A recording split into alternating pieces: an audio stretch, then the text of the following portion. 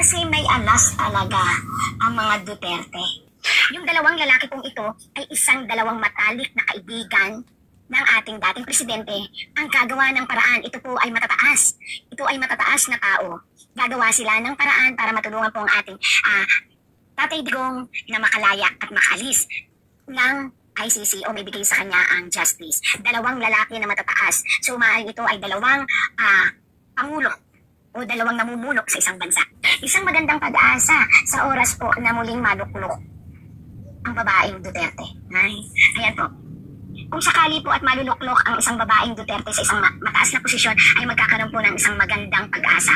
At nakikita nga po dito na kahit ayaw ng babae na Duterte, maaaring si Ma'am Sara na po ito kasi siya lang naman ang babaeng di pa naman pwede si Katie po ba? Pakinggan po natin itong hula ni Windra Fortune sa pamilya Duterte. At pagkatapos natin pakinggan, bibigyan ko po ng reaksyon kung ano po yung hula niya dito. Gagawa po tayo ng reaksyon kung ano po ang maririnig natin sa kanyang mga hula sa pamilya Duterte. Pakinggan po natin. Si Windra Fortune po ito. At ang dami pong nagtatanong tungkol sa update po sa family ng ating Vice President Sara Duterte. Ganon na rin po kay ating father, what we call Father Digong, dating presidente. At kung ano pa yung mga update na nakikita ng tarot. Ayan. Kung ano po ang nakikita ng tarot sa pamilya ng ating dating presidente. Again po, walang personalan. Ito po ay tarot lamang. Ayan. Kukuha po ako dito. Kakalat ko po yan. Pamilya Duterte. Mula sa ama hanggang sa mga anak. Gano'n rin kung ano pa yung nakikita sa politika at sa buhay nila. Ayan. Kukuha po ako. Mini-mini-mini mo ako. Ayan. Kung makikita nyo po ito, ayan na naman po tayo doon sa baliktad at saka hindi. Tandaan nyo po, ang psychic ay baliktad kaya na mababasa po. Ayan. Nakikita nyo po ito. Ito po ay isang hari na nakabaliktad na namumuno. Ang ibig sabihin po nito, ang ating presidente ay muling uupo sa anumang luklukan o isang pamumuno. So nangyari na nga po ito at siya po ay nanalo bilang isang mayor muli ng Davao. Subalit nakabaliktad po, kaya ang ibig sabihin po nito, siya po ay mananatili pa doon. Alam naman natin na wala siya dito, nasa kulungan ng ICC. So, nandun pa rin po siya, pero siya po ay nanalo at matagumpay na iniluklok ng tao. Yan po yan. Kitang-kita naman po. Pasensya na po kayo, nagre-reflect. Pero nakikita niyo po ito. Isang lalaki nabubunuin. Isang lalaki nabubunuin at gagampanan ang kakulangan ng presensya ng lalaki nito. So, ibig sabihin po, may isang lalaki sa pamilya ng Duterte, ayan, na magre-represent sa kanya o gaganap. Ayan, yung mga, ang ibig sabihin po niyan, yung mga kahoy-kahoy na yan po yung igagather niya at itutulong niya para po ang kakulangan ng presensya ng ating mayor ng Davao ay magampanan ng isa rin. Kaya po siya nakapula, siya po ay anak. So, maaaring sino ba ngayon ang nanalong vice? Di po ba si Sebastian o si Baste? Ayan. Kitang-kita po. Kadugo. Tapos, ang dahil mga plano. Lahat po ng inumpisahan ng ama ay gagawain ng anak. May mga bagay lang po na pagka-clarify dito na ipapakita nila pa rin ang masigasig nilang pagpupromote tungkol sa drugs on war. Yun po ang nakalagay dito. Kasi po yun talaga ang talagang main objective nila is to make peace para makilala daw ang sambayanan na isang lahat ng tayo makakagala na maayos. Sayang maganda yung proklamasyon nila. Maganda yung kanilang adhikain. Sana'y tanggapin ito ng madlang people o lalo na ng mga taga Davao kasi wala nga yung father, so yung anak ang magre-represent. Kitang-kita sa tarot. Pasensya na po at talagang nagre-reflect. Nakita nyo naman po ito. Ito ay isang babae. na nakaupo, subalit nalulungkot. Ang ibig sabihin po nito, ito naman po ay ang asawa o yung sinasabing partner.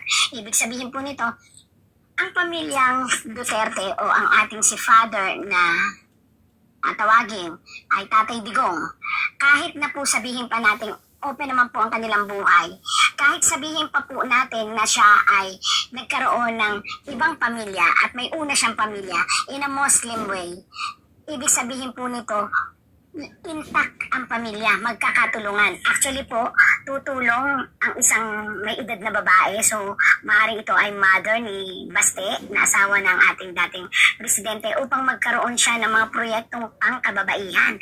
So, gagawa sila ng isang proyekto na talagang itutulong nila sa mga tao in the absence of her husband. Ayan, ang ganda. Maganda po yung nakikita ng tarot. Ako pinagbabasa lang ha. Yun po ay yung babaeng asawa. So, mother ni Baste or ano. Wow. Ano ito? Ito'y hubot-hubad. Ibig sabihin ay mag-uumpisa ulit sa umpisa ang mga sitwasyon. Ito naman po ay senyales ng politika. Ibig sabihin po nito, talagang gaganap ang mga Duterte. Hindi para maghiganti, kung hindi para umpisahan muli ang sinimulan ng kanilang ama na pagpapaganda ng Davao. Sana no, dito sa Davao, sana lahat. Pero syempre, it's up to the government. Ayan, maganda po, maganda ito. Hubot-hubad silang gaganap muli sa Davao upang umpisahan ang sinimulan ng ama. At ang masakit nito, medyo matatagalan talaga po ang nakita ko dito sa tarot kaya hubot-hubad. Matatagalan po talaga sigurong magkaroon ng present ulit ang ating mayor. So, hopefully na makalabas naman siya. Ayan.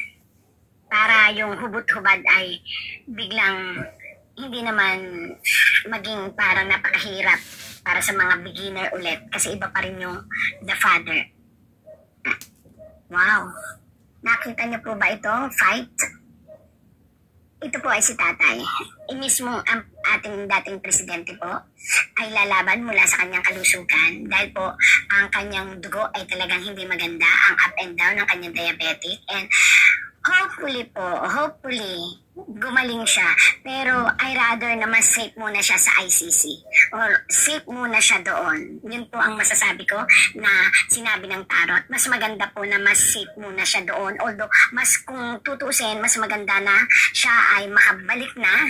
Ayan po, mas maganda na siya ay makabalik na para magampanan niya ang kanyang pagiging mayor. Pero ang sabi po dito, again and again, tarot lang po ito, mas safe siya po na nandoon sa ICC sa isang kulungan o sa isang kwarto kasi doon safe ang buhay niya. So ang ibig sabihin, may isang panganib na darating sa buhay niya na maaaring maglikha na naman ng kaguluhan dahil sa mga protesta at sa proteksyon na gagawain ng sambayanan. So kinakailangan po na doon muna siya para hindi siya masaktan or walang mangyari sa kanyang pangit. Yan po Hindi ko po alam bakit lumabas po yan. Nagabasa lang po ako ng tarot. Uy, totoo daw. Yan ang lingwahe ko ng pabutke. Nakita niyo po isang nagre-reflect talaga. Nakita niyo po yan? Isang parang priest tapos may dalawang lalaki. Ayan, may dalawang lalaki. Pasensya na po itong ginamit ko kasi ito yung parang feel ko ang energy kahit gabi. Yung dalawang lalaki pong ito ay dalawang matalik na kaibigan ng ating dating presidente. Ang gagawa ng paraan, ito po ay matataas. Ito ay matataas na tao. Gagawa sila ng paraan para matulungan po ang ating Tatay Digong na makalaya at makaalis ng ICC o may bigay sa kanya ang justice. Dalawang lalaki na matataas. So maaaring ito ay dalawang pangulo o dalawang namumuno sa isang bansa. Dalawang porsigido po talaga. Although yung 7 po yung nakita ko before, pero yung 2 porsigido, hindi ko alam sino yan, pero matataas po yan, as in super tataas nila.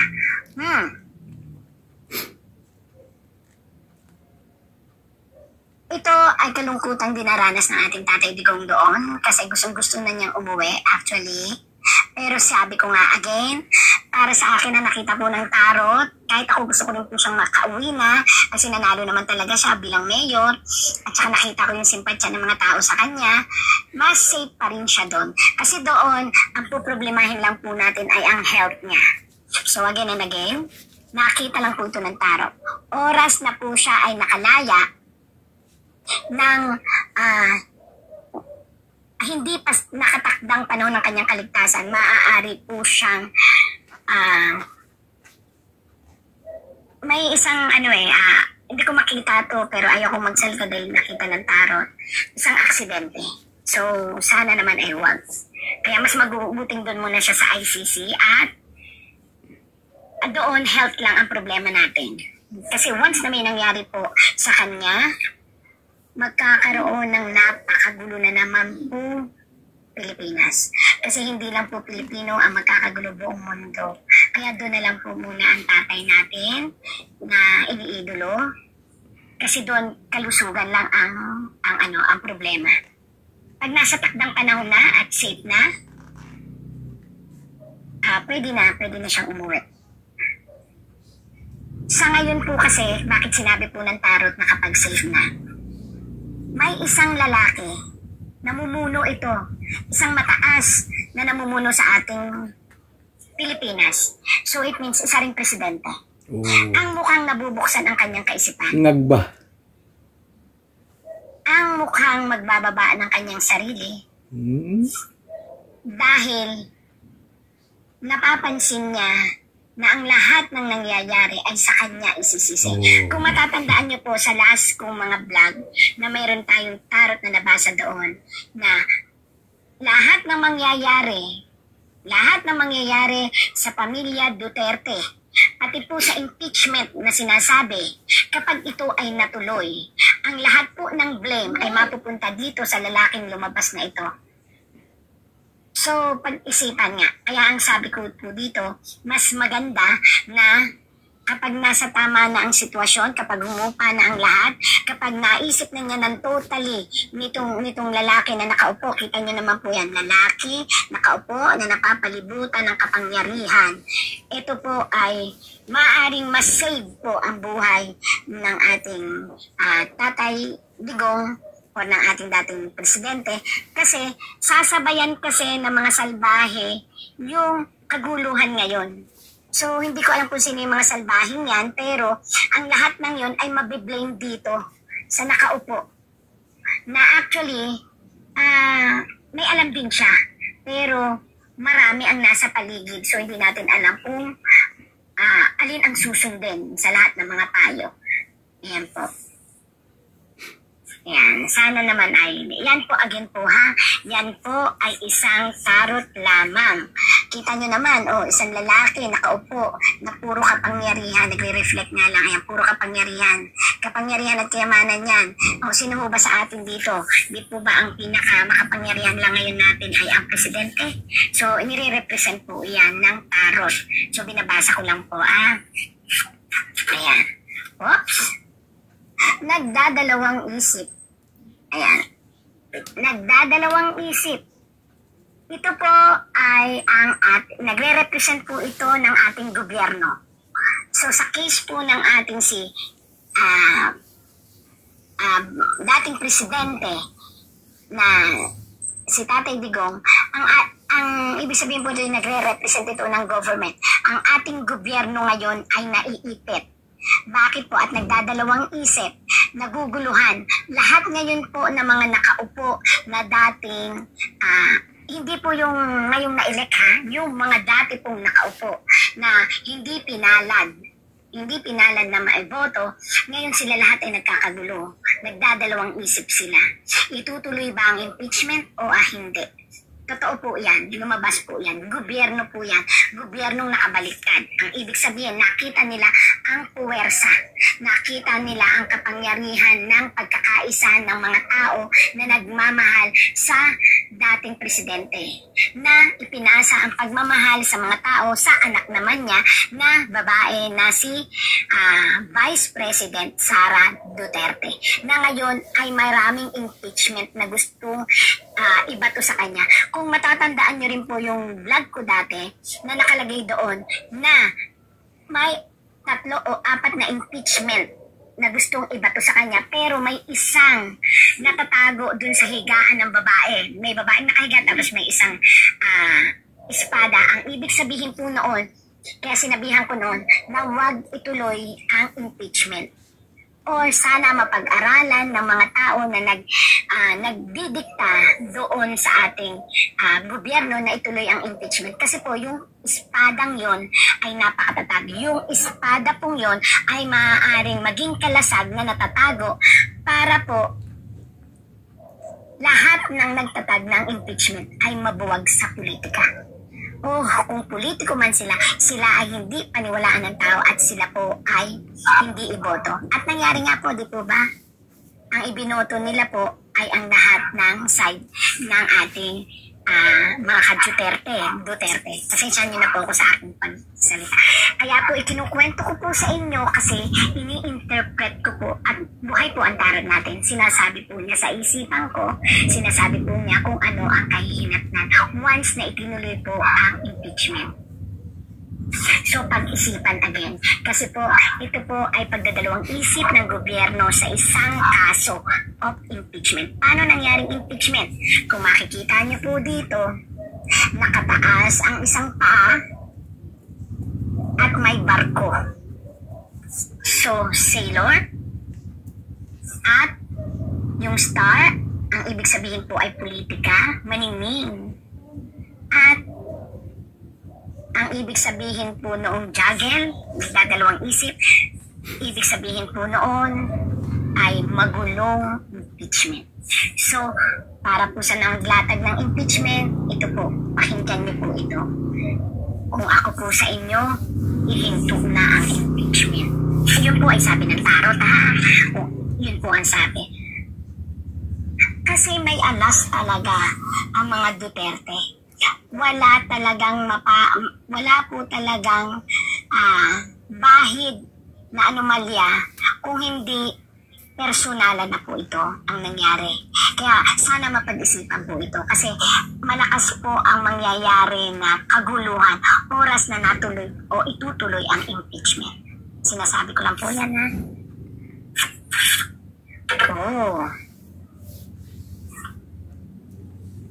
Ang pamilya, ito naman sa family. Actually, maganda po ito para sa mga pamilya ng Duterte. Dito nila nalaman kung hanggang saan ang kaya nila sa isa't isa. Mula po dun sa unang asawa hanggang sa anak na bunso na babae hanggang sa dating asawa.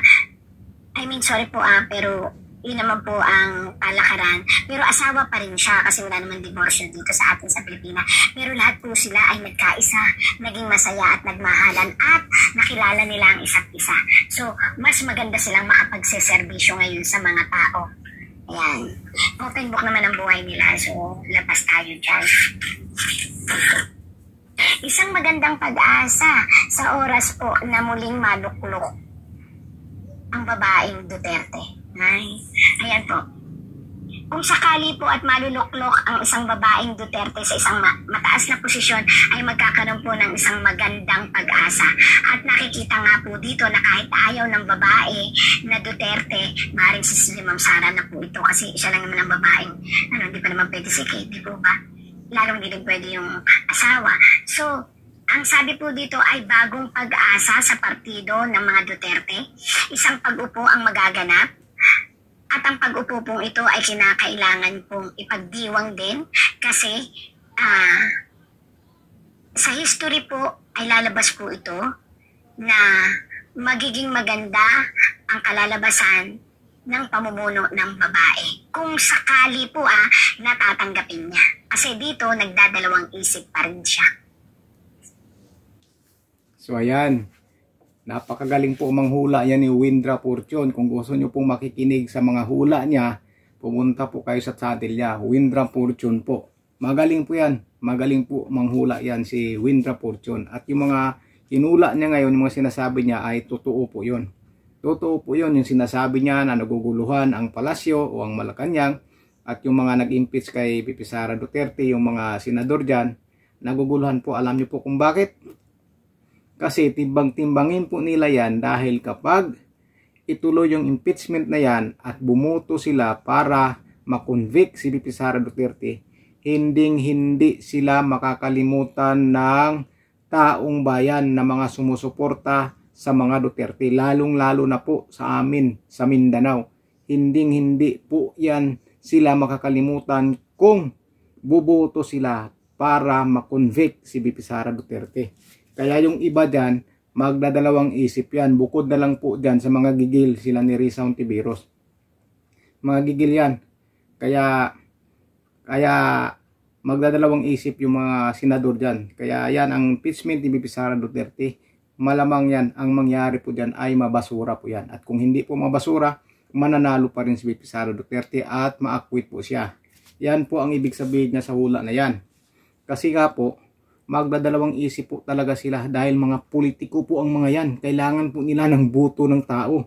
Napakarami pong supporters ang mga Duterte. Lalong-lalo na sa Mindanao at sa Visayas. Grabe po, solid po ang suporta sa mga Duterte. Kaya matakot na lang yung mga senador na bubuto dyan para mapatalsik si VP Sara Duterte.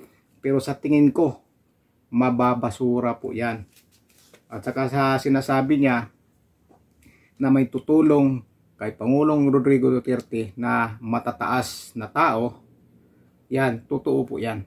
Mayroon pong tutulong sa kay Pangulong Rodrigo Duterte. Alam po natin yan, may tutulong yan.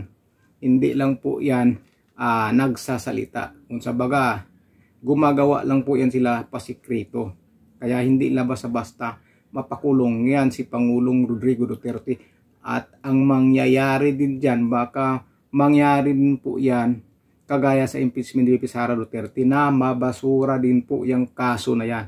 Mababasura yan. Magkukulang po ang kanilang mga ebidensya dahil hanggang ngayon po naghagila pa po sila ng mga witnesses. Ayon kay Senador Bato de la Rosa, yung iba nga pinipilit na gumawa ng affidavit, pinipilit po, pinapapunta sa hotel. Yan po ang binulgar ni Bato de la Rosa o Senador Bato de la Rosa. Kaya yung impeachment at saka yung case ni Pangulong Rodrigo Duterte sa dahig, parehas po ang kinatnan yan. Ma-acquit po silang dalawa at magiging Pangulo pa yan si VP Sara Duterte. Kaya si President Bongbong Marcos nagdadalawang isip na ngayon.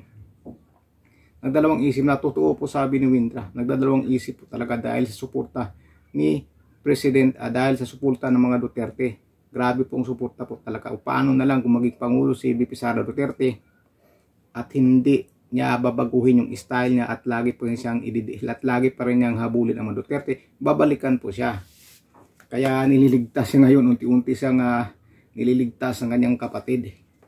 Saka yung sinasabi ni Windra na may mga masasamang tao na dyan, alam po natin kung sino yan. Kabilang faction po yan dahil ang awayan ng Duterte, mas gusto nila yung Duterte at Marcos, gusto yan sa kabilang faction dahil sila po ang makikinabang kapag maghihiwalay yung Duterte at Marcos dahil ang suporta mahati po. So ang makikinabang yung sinasabi niyang masasamang tao, yung kabilang faction po. Alam po natin kung sino yung mga yan na gusto din po magiging Pangulo. Nagpahayag na nga po siya na open siya na magiging Pangulo sa bansa. Yan po, totoo po yung sinasabi ni Windra. Pero yung impeachment ni VP Sara Duterte, nasa 80% po yan. Mga 80% na po yan. Mabasura at kaya mananalo siya. Dahil mga politiko po yung mga politiko yung mga senador. Gusto yan lagi nakaupo dyan. Kaya pipiliin nila na hindi makonvict si Sara Duterte para sa sunod na eleksyon yung boto na galing sa Mindanao sa Visayas ng mga supporters ng mga Duterte ay iboboto sila. Pero kapag bumoto sila para makonvict si Sara Duterte, hindi yan sila makakalimutan. Tatandaan ng mga taong bayan yan, ng mga pangalan na yan. Pagdating sa eleksyon, sigurado ibabasura ang pangalang yan ng mga taong bayan na supporters ng mga Duterte. Ganun yan. Kaya nagdadalawang isip mga yan. Nagdadalawang isip po talaga yan. Pero sigurado po walang mangyayari na sa impeachment na yan. Saka yung kaso ni Pangulong Rodrigo Duterte, wala ring mangyayari yan. So yung sinasabi niya na maganda po na doon daw si Pangulong Rodrigo Duterte sa dahig dahil safety. Ang gusto po natin makakauwi po para maging masaya po si Pangulong Rodrigo Duterte dahil kapag doon siya, malungkot po siya doon. Ang sinasabi niya aksidente, baka mga minor lang yan, minor na mga aksidente yan, minor dahil sa katandaan ni Pangulong Rodrigo Duterte, mabagal na maglakad, baka matapilok lang yan, mga maliit na bagay lang na aksidente na yan. Dahil mahina na nga po maglakad, kailangan po may alalay na dahil sa edad niya. Pero wala pong mangyayari kay Pangulong Rodrigo Duterte dahil kapag may mangyari sa kanya, diyan na po talaga kikilos ang taong bayan at hindi po nila mapipigilan ang galit ng taong bayan kung may mangyari kay Pangulong Rodrigo Duterte. Sigurado yan. At kung ma-convict man po si BP Sara Duterte sa impeachment, hindi rin po nila mapipigilan ang galit ng taong bayan. Kaya mawala po yan. Wala po yan. Impeachment, mawala yan. Yung kaso dyan sa dahig, mawawala yan. Tingnan po natin, di ba? Magulat na lang po tayo. Bigla na yan makakalaya si Pangulong Rodrigo Duterte. Tandaan niyo po sinasabi ko. Magulat na lang po tayo na bigla na lang makakauwi si Pangulong Rodrigo Duterte. At yung impeachment, magugulat na rin po tayo na mawawala lang ng kusa yan. Mababasura po yan. So yun, yung sinasabi ni Windra, maganda po. Totoo po yun. Kaya binigyan lang po natin ng komento kung ano po ang kinalabasan. So yung mga kababayan, kung gusto nyo panuorin yung mga ni Windra Fortune, pumunta po kayo sa kanyang channel, Windra Fortune po. Magaling po na manguhula yan. Pwede kayo magpahula dyan sa kanya. Dahil nakikita ko, nagla-live yan siya, na umuhula yan siya sa mga taong nagpapahula.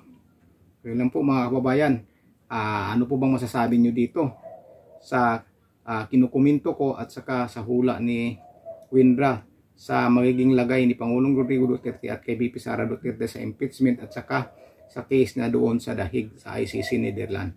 Kaya lang po mga kababayan, huwag kalimutan mag-like, i-comment nyo po kung ano po ang masasabi nyo dito. Huwag nyo sana kalimutan mag-subscribe sa mga hindi po nakapag-subscribe, at kung nakapag-subscribe na po kayo, maraming salamat po sa inyo at ingat po kayo.